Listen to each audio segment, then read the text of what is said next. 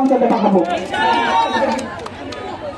এরপরে আমাদের সাধারণ সম্পাদক পৌরসভা সাবেক ৪৮তম প্রতিষ্ঠাবার্ষিকী উপলক্ষে বাংলাদেশ জাতীয় মহিলা দল জামালপুর জেলা শাখার সাবেক মহিলা বিষয় সম্পাদক জনাব সেলিনা বেগম আমাদের মাঝে উপস্থিত।